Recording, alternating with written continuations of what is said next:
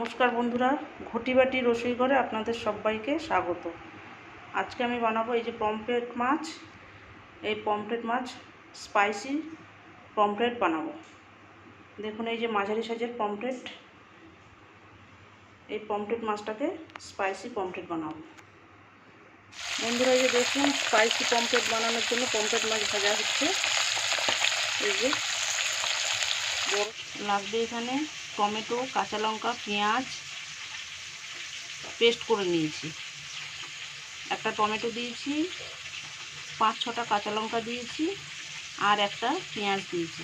দিয়ে এই যে শিলে বাটা মশলা, আর লাগবে তেলে মশলাটা আমি দিয়ে দিচ্ছি। দেবো একটু হলুদ, একটু গুঁড়ো লঙ্কা, একটু ধনে গুঁড়ো দিয়ে এবার মশলাটাকে ভালো করে কষিয়ে নেব। আর দেবো একটু জিরে গুঁড়ো, একটু সামান্য জিরে গুঁড়ো দিয়ে দিচ্ছি। এবার মশলাটাকে ভালো করে কষিয়ে নেব। সামান্য একটু জল দিয়ে দিয়েছি, কাঠের জালে রান্না হচ্ছে তো মশলাটা পুড়ে যাওয়ার ভয়, ওই জন্য সামান্য একটুখানি জল দিয়ে দিয়েছি। মশলাটা একটু তেল ছেড়ে ছেড়ে আসবে, তারপরে আমি জল দিয়ে দেবো।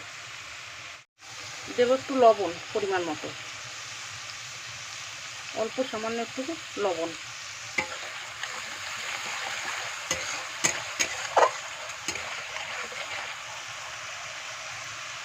মশলাটা একটু কষবে। এবার মশলাটা কষে গেছে, এবার দিয়ে দেবো একটু জল।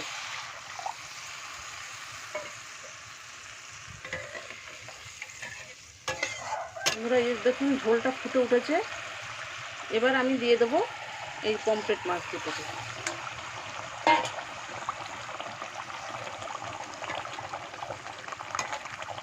কাঠের আগুন বন্ধুরা,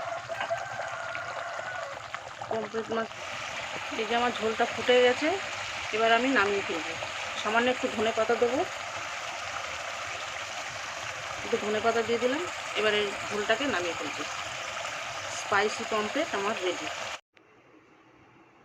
এই যে রেডি হয়ে গেছে আমার স্পাইসি পমফ্রেট। এইভাবে বানিয়ে আপনারা বাড়িতে করে খেয়ে আমাকে কমেন্ট করে জানাবেন। শিলে বাটা মশলা দিয়ে স্পাইসি পমফ্রেট বানিয়েছি। এরকম নিত্য নতুন ভিডিও পেতে আমার চ্যানেলটির সঙ্গে থাকবেন, সাবস্ক্রাইব করবেন, লাইক করবেন, প্রচুর প্রচুর শেয়ার করবেন। নেক্সট ভিডিও আসার অপেক্ষায় থাকবেন। ততক্ষণ আপনারা সবাই সুস্থ থাকুন, ভালো থাকুন, সাবধানে থাকুন। ধন্যবাদ।